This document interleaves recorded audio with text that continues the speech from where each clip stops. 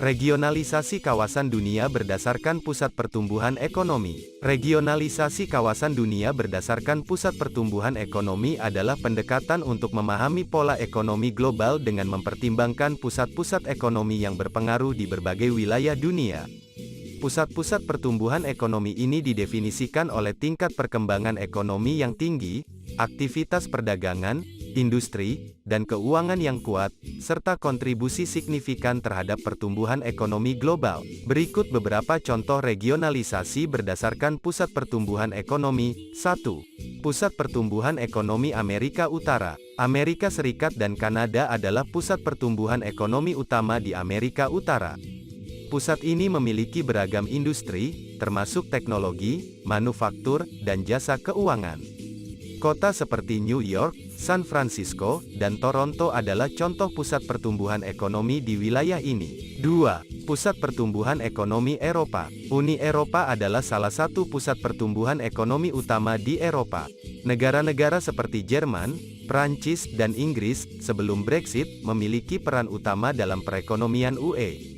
Kota seperti Frankfurt, Paris, dan London adalah pusat keuangan dan bisnis penting di Eropa. 3. Pusat pertumbuhan ekonomi Asia Timur. China adalah pusat pertumbuhan ekonomi terbesar di Asia Timur. Selain itu, Jepang, Korea Selatan, dan Taiwan juga merupakan pusat-pusat ekonomi yang kuat di wilayah ini.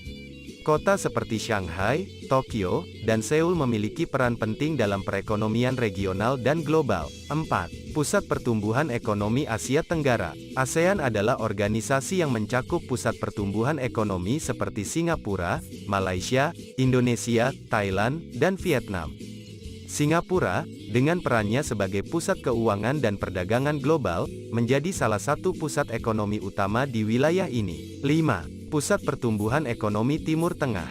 Uni Emirat Arab, Qatar, dan Arab Saudi adalah beberapa pusat pertumbuhan ekonomi di Timur Tengah, terutama karena sumber daya alam seperti minyak dan gas. Kota Dubai dan Abu Dhabi di UEA adalah pusat-pusat bisnis dan keuangan terkemuka. 6. Pusat pertumbuhan ekonomi Afrika. Beberapa negara di Afrika, seperti Nigeria, Afrika Selatan, dan Kenya, memiliki ekonomi yang berkembang pesat.